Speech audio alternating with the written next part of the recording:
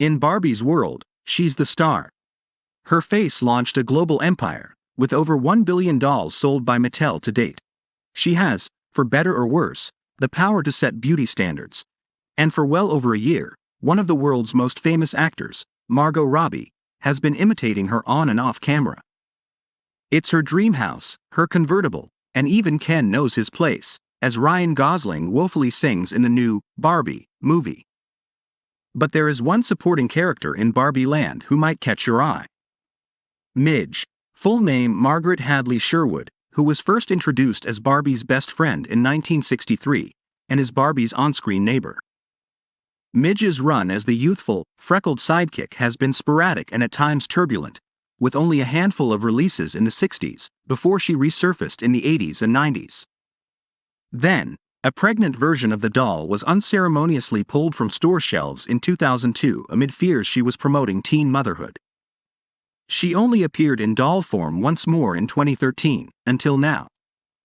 With a re-released collectible timed to her 60th anniversary this year, as well as actor Emerald Fennell's delightful turn as creepy, pregnant Midge in Barbie, it just might be Midge's time to shine.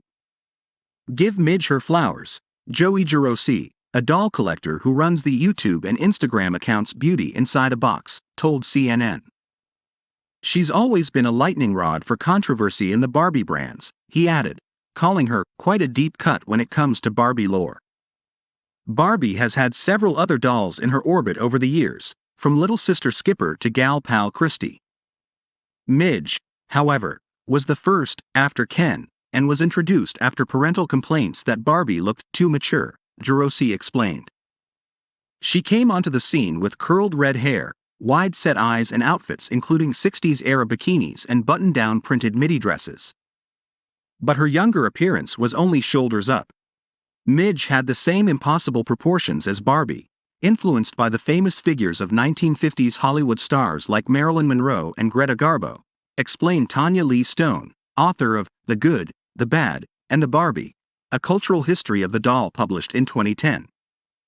From the neck down, Midge and Barbie are exactly the same, she told CNN in a phone call. And I found that really kind of fascinating and ironic. Because of the negative opinions about the Barbie body image, Midge was intended to sort of be like a less sexy, more wholesome counterpart. But they didn't change her body at all.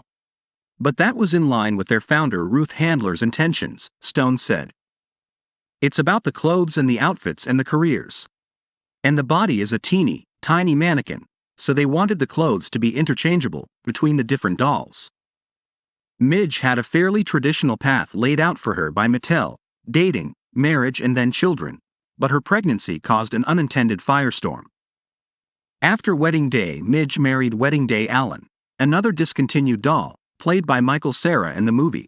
She soon received blowback for starting a family in the early 2000s, a sexist backlash many women experience in their careers. As part of the Happy Family set, Midge was packaged solo, with a playable in utero baby doll folded up in her removable bump. For the first time, in addition to the red-headed white doll, a dark-haired African-American version of Midge was released, too. Allen, meanwhile, was sold separately with their son in a stroller, also in two differing skin tones. But because Midge still appeared young, despite being married for well over a decade, the backlash against her pregnancy ramped up to such an extent that Walmart, the largest retailer worldwide, opted to stop all sales of the doll. Customers said they were not happy with the pregnant Midge doll, so Walmart removed the entire Happy Family set.